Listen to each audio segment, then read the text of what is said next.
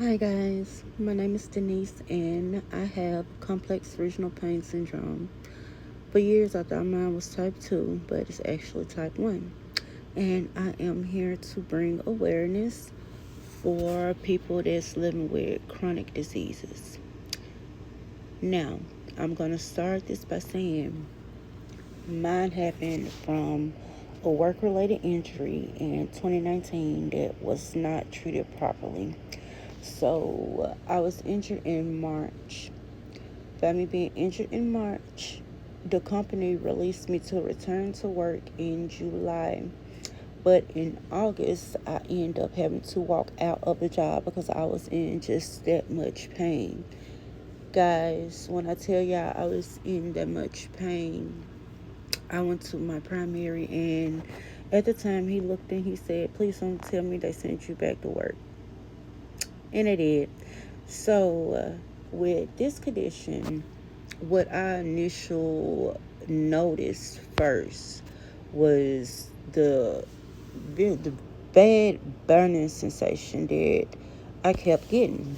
I kind of pushed it off, and I was like, well, I did just injure myself, so maybe it'll go away. But after months, I've noticed that instead of it getting better, it's only getting worse. Okay. Fast forward, I could no longer put a regular shoe on my left foot. So I'm like, okay, something's definitely not right.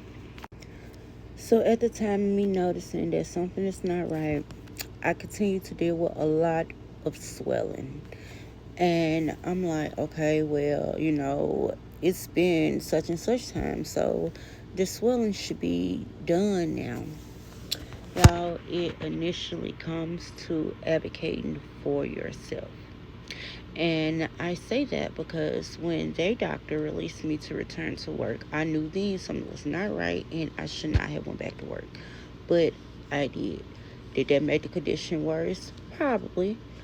But check this out. So I didn't actually get diagnosed until October the 9th of 2019. And a podiatrist is who diagnosed me after going to ortho, going to other doctors. Nobody knew what was going on with me. Nobody knew. You can physically see something is going on, but nobody actually knew what was going on until I went to a podiatrist. I walked in for my appointment time. They called me to the back, and I guess he was reading what I was coming in for. He took one look at my foot and he asked me to put the both of my feet together. I did that. He said, "I know exactly what you have." And testing like x-rays, CTs, and that's not going to show it. But look up complex regional pain syndrome. I was blown away because it was everything that I was feeling. I have more bad days now than good. And that's because due to the weather is changing, with this condition is progressing a lot more now. So I'm dealing with it. First was just my left side, so left leg, left foot, left arms, and just my left side. Now it has progressed to my entire back. Y'all, when I tell y'all, it feels like I'm having maybe spasms of some sort, but they don't go away. And I knew this was coming because it's a nerve condition. So it can affect the whole body. And like I said, I've been dealing with this since 2019. So I've known that it will progress. So I am bringing awareness to this condition. This is something that a lot of doctors look over because sometimes they just don't want to take the initial steps. And I'm not gonna lie, y'all, I've been called a drug addict. drug seeker, doctor shopping, and all of it. But that was because I was advocating for myself. And if you wasn't gonna help me, you was not gonna keep getting paid, and you was not gonna continue to milk my insurance, and you're not trying to help me at all. So what I did was I started going to a pain center, and I'm not gonna release the name of them. I'm down south. I'm actually in Mississippi. I'm not gonna release the name of the first pain center that I went to, but as y'all see, due to the color of my skin, I was discriminated against. I went in for a routine appointment, and they have did a nerve block. Got a nerve block failed as soon as I woke up from under the gas. The nerve block failed. I was back feeling everything. So I was like, this didn't work. So they was what you call a procedure office. They wanted to put in a spinal cord stimulator, but considering my age, my insurance was like, absolutely not. It has to be something else that can be done. Y'all can look at a surgery to see if a debriefing can be done, but she will not have an implant in her back. Hmm. So, considering my insurance will not pay for that, they mysteriously couldn't treat me anymore. Hmm. Yeah. It took me mm, almost 3 years, 2.5 to 3 years to find my current pain clinic that I go to and my current doctor. And I was told to file for disability because with a condition like this, you will not be able to work. It's not only physical, but it's also mental as well. Like I said, I have more bad days than good days, and I decided to talk about my story. And not only am I want to talk about it, but I do want to bring awareness that if you think something is wrong, something is probably wrong, and you need to continue to seek help, which is what I did. Honestly, when I found my current pain doctor, I was I was discharged from my primary at the time because my primary was doing my pain medication, but she was like they could no longer do it, so I need to find a pain specialist. So the current pain specialist that I called, that was like, we don't take your insurance. So I called the other one, and they was like, yes, ma'am, we do accept your insurance. I do a second video on how that process went and everything that I have been, going through with them. And I must say, I do love my pain doctor because when I tell you, it's not only my doctor, it's the whole team. It's actually, they care, they care about how you feel. So, this is going to be a new series, Life with CRPS and Denise. I'm dealing with a day in the life of having CRPS. I decided to bring some knowledge to this condition so y'all could actually see what the meaning of it is. As it states, CRPS is a chronic severe pain condition that usually affects one limb, which in mine it did. It started with my left foot after a injury.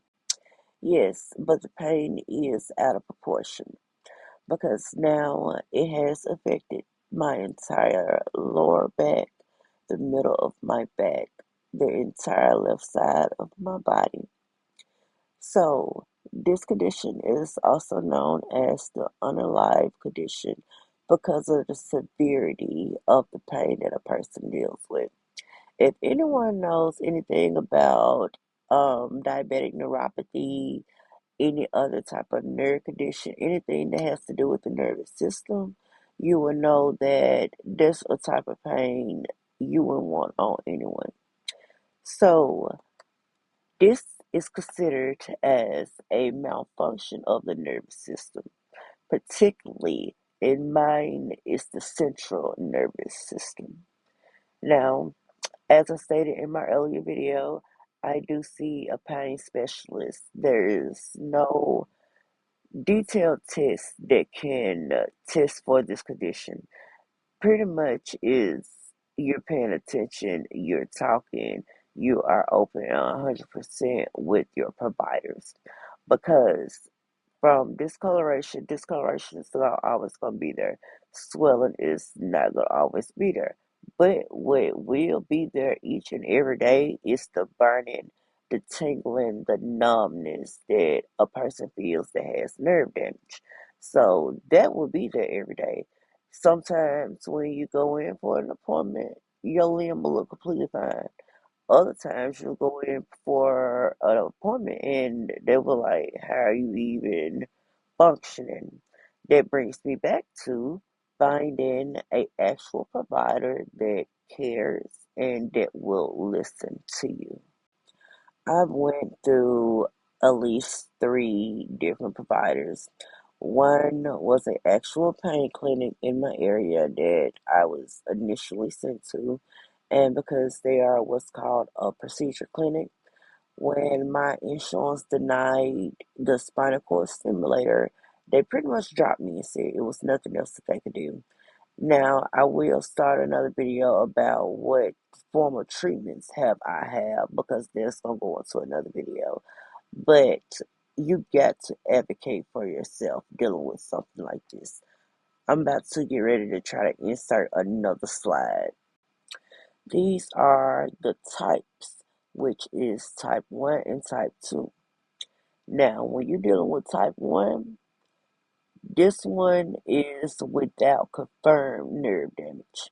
So that was one of the reasons that I thought for, years that I had type 1. But I had type 2. And they say it was because of a nerve injury. Well, because of the way my injury happened, I was told that my nerve was trapped in my foot. So there's your nerve injury. There's no particular test that they can done. I done had every test up under the sun done. All of those tests came back regular and normal, which we can clearly look and see that it's not normal. It's not normal for your foot to swell almost double in size to the point where you cannot put on a tennis shoe. You cannot apply pressure. You can't do anything. The whole burning, I deal with the burning, tingling, numbness. This is what I deal with on a daily basis. Some days are better than others. Today is one of them days that is a very bad day. For the simple fact, like I said, I'm down south, so our weather is fluctuating. So think about someone that has arthritis really bad and take that and times it by 10 and just imagine what you're dealing with. Here is where it said there is no single test that doctors use. It's not because, like I said, I've had every test up under the sun done. They did imaging, bone scans. I've actually had a nerve test done, and everything came back as being normal. When I know for a fact it was not normal, and I know something was not right. Guys, it is 2:30 and I'm in the bed, y'all. I cannot get up right now because if I do, I'm probably gonna fall. So my pain level is a 9 right about now, and I have taken my pain medication. This just sometimes is hit and miss. When I'm in a active flare this bad, sometimes I cannot get out of bed for hours.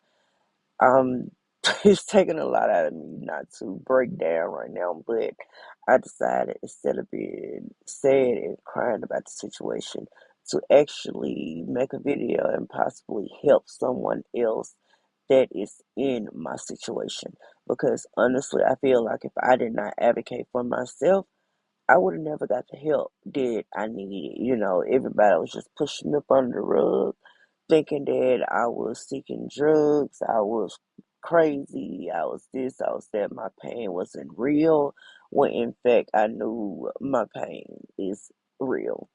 And it's one of them things where I've actually been told in a hospital that there's nothing wrong, and I probably need to go and see a psychiatrist to talk about it because it's probably in my head. Yeah. Imagine hearing it and you already can barely move. Your balance is completely off, and you cannot walk without support or help from others. But people want you to feel like, oh, this is just in your mind, this is made up. When in fact, it's not. CRPS has not been a easy thing, and honestly, I've been told that it's only going to get worse as the condition progresses. That's one of the reasons I try to stay on top of everything it is that I'm supposed to do. So when I'm doing that and I know I'm doing what I'm supposed to do, and I have issues like I'm having now where I can barely get out of the bed or barely move, it's like your mind is playing tricks on you, and it's like, what is the purpose of constantly dealing with this, constantly going through it? What are you going to get out of the end of it? That was another reason I decided to start recording my journey, because I know there's a lot of people that's out there like me, and some probably don't even know what they have because this is a very rare condition. It's not easily diagnosed. It's awfully over um not over, y'all, is missed by a lot of doctors because they would think, okay, we're dealing with discoloration and swelling, maybe it's just a sprain, and we need to let the limb sit for a while or recover. But guess what? When the limb don't recover, then what? And that was one of my biggest problems. Every time they said, well, rest the leg and try to not move it and try to do this and try to do that, none of it works. And that's because it's not a surface issue, it's a nerve issue. So when it comes to the nervous system, we all know, okay, hmm, a nerve shouldn't be doing this for that long. So, when I say find a provider that is going to listen, guys, I went through, when I first got diagnosed, I was going to this pain clinic in my local area, and I'm not gonna name the office or whatever the case may be, but when the podiatrist did my referral, he sent me to this particular clinic. I said, okay, cool. Keep in mind, my insurance was paying for all of this. So I go to the appointment or whatever. Okay, the doc, my primary at the time, was the one that was controlling my pain. He was writing my prescriptions and everything. So when COVID hit and they started being able to do it electronically, that changed a lot of things. So I went from not being able to get my medicine, and yeah, that was a trying time. So with me going to that particular clinic, they were supposed to help me be able to get my medicine, control the pain levels, not only control that, they're supposed to basically just give me a glimpse of a little piece of my life back. But oh boy, it went wrong. So I'm going to this office for like maybe 3 months.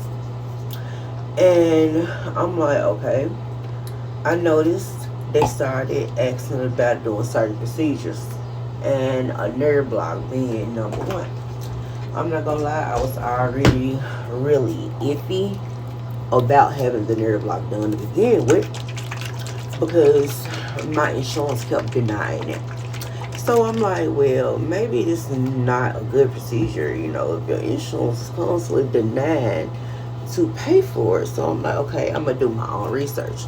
So I did my own research, and I found out that it had a lot less chances of working than the doctor's office told me about.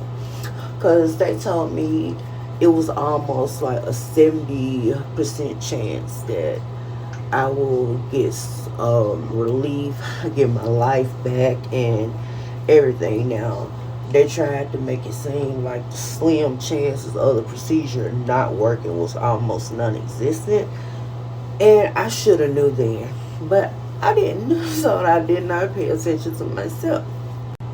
So after the initial block, and I came off of the gas that they did it up under, I'm like, this is not working because I still feel a great deal of pain. And I asked him, I said, does it supposed to take time before it started working? And the doctor was like, no, ma'am, you should be feeling nothing if it worked. So I'm like, okay, well, I'm not going to give up on hope yet. By the time I made it to the little recovery suite, and I'm sitting there texting my family, and y'all, when I tell you, the pain hit me like a ton of bricks, and I'm like, something is not right. So they go get the doctor. He proceeds to tell me that, well, if you're feeling pain like that, then that means the block did not take. No, duh, you already just told me that. But I'm like, okay, so what is my next option? I mean, what is it next for me to do? Since we clearly see this didn't work. This man told me if I was you, I would go and apply for disability, number one, because at the time insurance I had was just Medicaid, and they wasn't paying for a lot of things. So I'm like, so there's nothing else that can be done. He was like, other than a spinal cord stimulator, no, there's not anything else that we could physically do. So I had no issues, which I should have led with this. I had no issues getting my medication refilled, getting my pain medicine refilled, or any of that until they realized that my insurance was not going to cover them to do the spinal cord stimulator because they felt like it's other options that could be done first before initial surgery. Okay. Yeah, so why all of a sudden I get a phone call for me to come in like 3 weeks before my actual appointment day, and I was up under the influ yeah, I can't talk, but I was up under the impression that if I did not go in, that they would terminate my care automatically because they can say that, I'm not following the rules or stuff like that. A lot of stuff that I didn't know that I know now. So, fast forward to the appointment. I get there, and one thing about the physician that I was seeing, with nurse practitioner I was seeing, I've always felt like she rushed the appointments. She never really sit and listened to what I had to say. It was always, yeah. She always had some kind of smart remark behind it. But again, I did not, I didn't think anything of it because this is my first time being treated at a clinic like this. But I also know there's this thing called human decency, and she pretty much accused me of canceling the procedure. And even though I didn't have anything to do with that, I did not cancel the procedure. The doctor did. The doctor exact words to me were that if the first block did not take, why would we do another one? Which is the same thing that I was thinking before he said it. So all of a sudden, well, she could no longer treat me, and yeah, it was a whole bunch of BS. And when I sit down, went back and thought about it, The whole experience there was nothing nice. So, flash forward, I find a new primary care doctor, and she had heard of the condition. She had never treated it, but she had heard of it. So, she took over my meds, and that woman was a blessing from God. When I say a blessing from God, because she didn't have to do it, but she did do it. So, yeah. So then she leaves the practice. So now I'm back to trying to find another provider. So I was like, instead of me swapping providers and all this and all that, I might as well just see what the providers there have to say. So upon that, she ended up leaving the practice as well. So when I got with another doctor over there, they continued my care. But into that, I think like almost a year and a half, they decided that my condition was too critical for them to treat.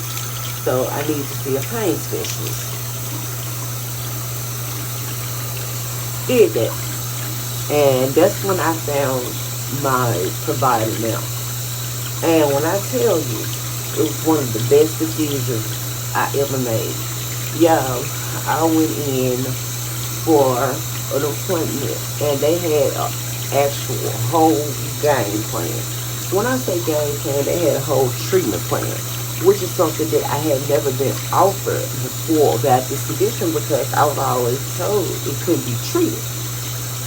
So, fast forward to now, I'm still with them, and everything has been short of amazing. I mean, we all are on the same page. And when I say a treatment plan, because what they did is I've had two nerve blocks in the back of my leg. Sadly to say, they didn't work as well. And I'm supposed to go back and get another one in my back again to see would that help. But I'm almost. So upon finding my pain specialist that does my treatments now, I must say they have made it a little bit easier for me dealing with this condition because they make sure my pain is under control, number one.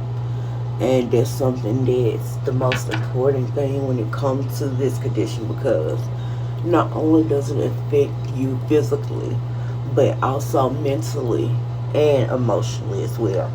I was never a person that really suffered from anxiety, and I am suffering from anxiety now and sometimes anxiety depression, but I do not take meds for it. I just try to deal the best way I can, especially when I feel, down a lot of times because it's not easy dealing with something like this. Like I said, I would not wish this condition on my worst enemy, and that's just because I'm a kind-hearted person. But I do not mind answering any questions, any concerns. Like I said, I've been dealing with this since 2019, so I pretty much educated myself on it a lot. And when I say a lot, I know my triggers. I know when I'm having a good day, when I'm having a bad day. I can clearly feel it. But if you would like to know any more about complex regional pain syndrome, leave a comment. Subscribe, not subscribe, but leave a comment. Subscribe to my YouTube that I will have a link in my profile as well. I don't mind giving the educational knowledge, especially for someone that thinks they may have it, but they're not sure. But all in all, this is not from a doctor perspective. This is just from the perspective of a person that is dealing with this condition and wanting others to feel like they're not alone. So, good night.